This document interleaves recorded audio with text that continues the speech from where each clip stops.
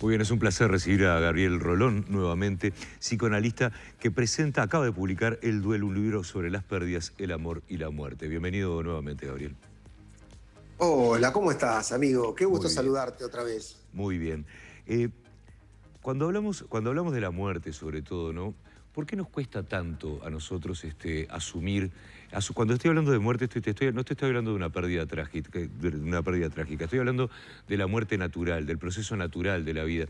Negamos tanto la muerte que tantas religiones creen, y eso yo no soy quien para discutirlo, que después de la muerte hay una nueva vida. Es decir, el ser humano se aferra mucho a la vida.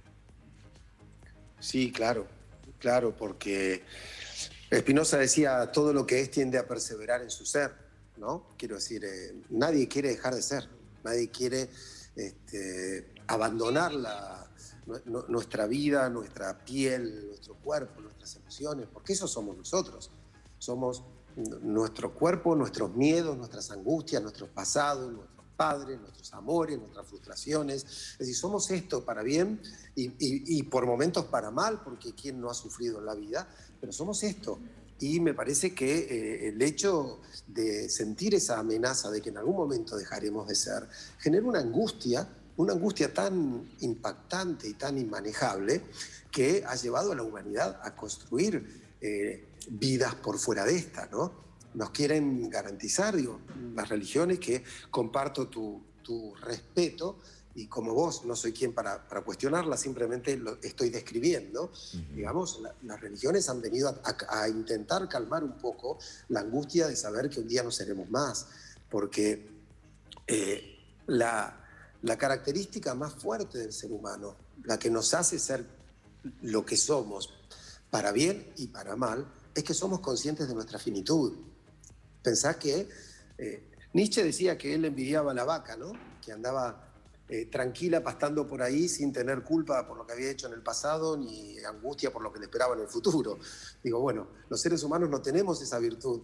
Nosotros sentimos culpa, sentimos arrepentimiento, sentimos miedo por la muerte que nos está esperando. Entonces, en toda esta situación en la que estamos obligados, digo, a vivir, y para bien te lo digo, porque si fuéramos inmortales no haríamos nada, ¿no? Digamos, una Ujú. raza de inmortales no hubiera creado el arte, la ciencia. Lo maravilloso de esto es que tiene tiempo de fin. Entonces eso nos obliga a jugarnos por nuestros deseos. Si no, ¿sabés qué haríamos? Le diríamos a la mujer que amamos o al hombre que amamos, bueno, se lo digo el siglo que viene. En algún momento se lo diré. En cambio, la vida que tiene un límite te hace saber que no hay tiempo para todo, que no hay tiempo para demorarse a la hora de decirle a alguien cuánto lo queremos, no hay tiempo para dejar pasar sin pedir perdón, sin jugarnos por nuestros sueños. Entonces yo creo que es cierto, la muerte puede resultar angustiante, pero resulta fundamental y trascendente para que construyamos una vida que tenga un sentido. Yo creo que pero solo quien ama la vida se detiene a pensar en la muerte. Gabriel, cuán importante, a veces uno piensa, ¿no?, que si muere el padre de uno, la madre de uno, la abuela de uno va a dejar de ver y escuchar a esa persona, ¿verdad? Y eso también puede llegar a ser angustiante, sobre todo cuando pasa. La pregunta es porque a veces está bueno, es mejor prevenir que curar, ¿verdad? Entonces la pregunta mía es, ¿cuán presentes tienen que estar estas personas en nuestra vida para que una vez que nos dejan, sigan con nosotros? Yo lamento por los televidentes que me han escuchado decir esto 1000 veces, pero viene la conversación que tenemos, creo que ya la conversé contigo una vez. Mi abuelo murió hace muchísimos años y mi abuelo fue el mejor amigo que yo tuve en la vida. Hoy en día, cuando yo estoy en algún tipo de encrucijada, sé perfectamente cuál es el consejo que me daría él, porque nosotros éramos tan unidos que para mí no murió. Claro, ¿sabes qué pasa? Que nosotros tenemos con las personas que amamos una relación doble. Digo, esas personas existen en dos lugares. Digo, está tu abuelo, ¿cómo se llamaba tu abuelo? Herbert. Herbert. Bueno, estaba don Herbert ahí afuera, el que tomaba mate y que te decía vení y te transmitía su mirada sobre la vida. Y estaba esa especie de fantasma de Herbert que empezaba a crearse en tu mente. Un lugar Ujú. donde estaban sus palabras, sus consejos, sus sonrisas, sus retos, sus mandatos, su forma de ver la vida. Y cuando tu abuelo murió, digamos, murió el de afuera, pero no el de adentro. ¿sí? O sea, vos habías llegado a construir con él una imagen, una relación muy potente adentro de vos. Por eso vos, tantos años después, casi como si te siguieras tomando un mate con él, vos podés decir, yo sé lo que mi abuelo me hubiera dicho. Y podés conversar con él y hasta podés aceptar consejos post-mortem de tu abuelo, ante situaciones que tu abuelo no sabía que ibas a pasar. No sé, una situación amorosa, laboral, que te toca hoy, que sos un hombre mucho más grande y todo, y decís, bueno, pero yo sé que mi abuelo me hubiera dicho esto. ¿Por qué? Porque justamente tenemos una relación íntima y los que amamos no solo viven afuera, viven dentro de nosotros, ¿no? Eso es verdad. Y yo creo que justamente lo doloroso del primer momento de la pérdida, cuando comienza el duelo, ¿qué es? Que esa relación que antes dividíamos, digo, que vos dividías entre Herbert, con quien te tomabas un mate de verdad, y el que vivía en tu mente, cuando recién murió tu abuelo, solo te quedó el que vive en tu mente, el que vive en tu corazón, el que vive en tu pensamiento. Y entonces, con esa persona ya te contactás por temor a que desaparezca también, te contactás todo el tiempo. Y si antes con tu abuelo hablabas una vez por día, cuando murió, lo tenías presente las 24 horas del día.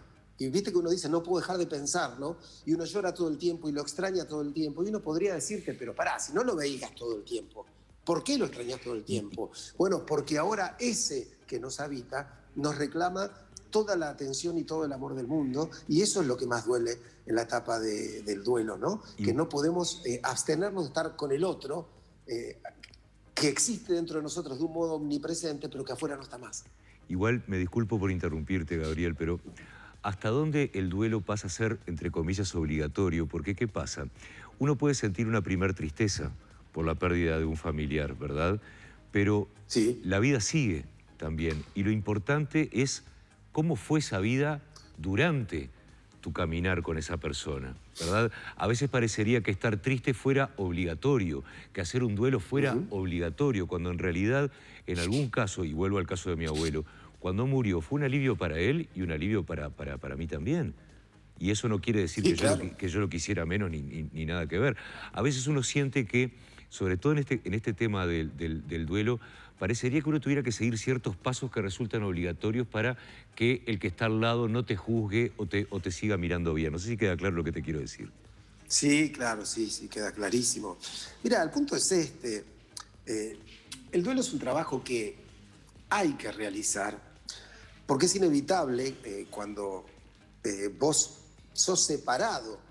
Hay un impacto que te separa de alguien que amás, un impacto que rompe un vínculo con alguien que amás. Eso duele y en ese dolor, tristeza es lo que hay que transitar.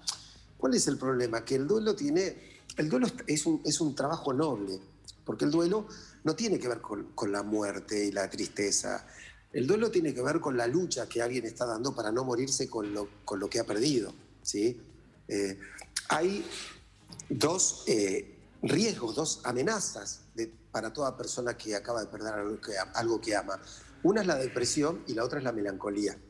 Esto que vos bien marcás, creo que alude a esas personas que se quedan deprimidas o melancolizadas y vos la ves que tienen casi como la imposibilidad de dejar de sufrir y tienen que sufrir y cada vez más y le pierden el sabor a la vida, ¿sí? En cambio el duelo, por el contrario, es el recorrido que te vuelve a comunicar con tus deseos y que te deja esto que vos tenés con tu abuelo.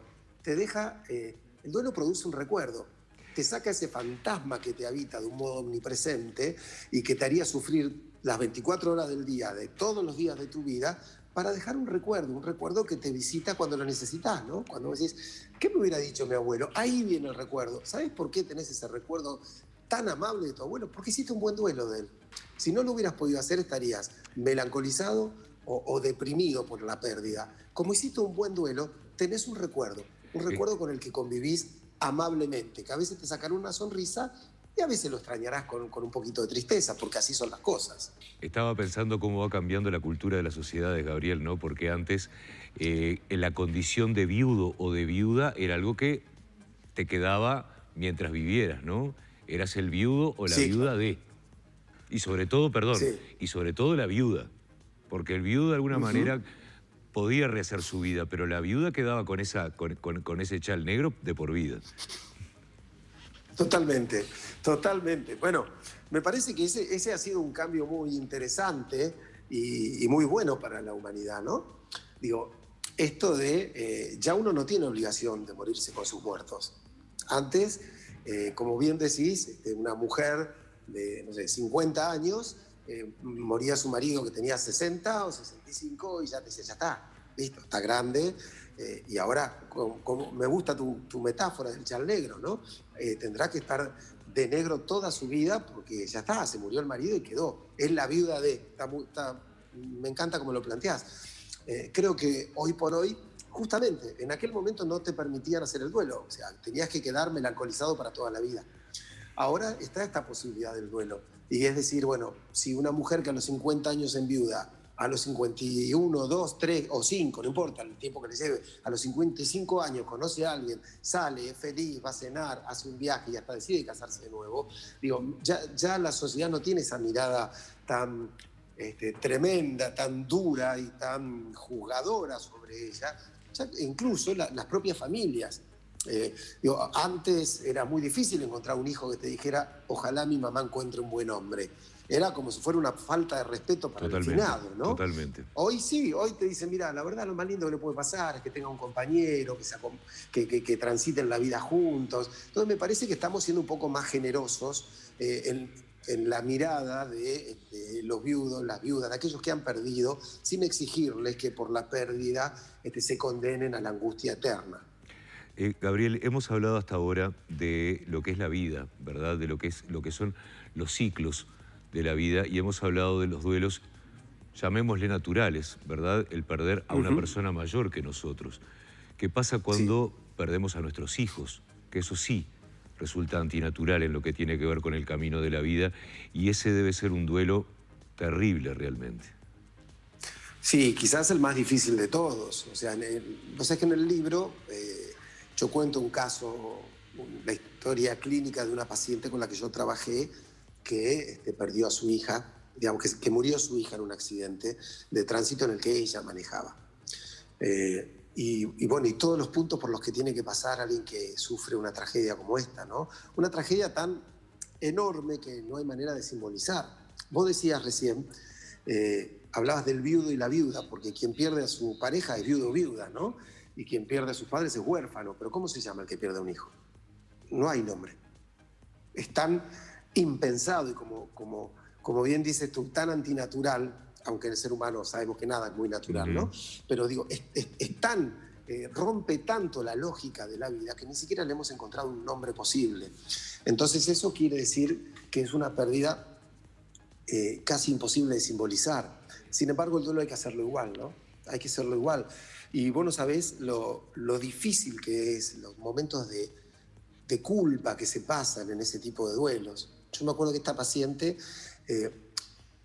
por ejemplo, cuando empezó a conectarse con la vida, no quería ir a la fiesta de egresados de su otro hijo, por ejemplo, porque le parecía que si iba y estaba feliz, era como si se olvidara de la hija que murió. Es como si traicionara, que ella no tenía derecho a volver a ser feliz nunca más. Se lo debía a su hija.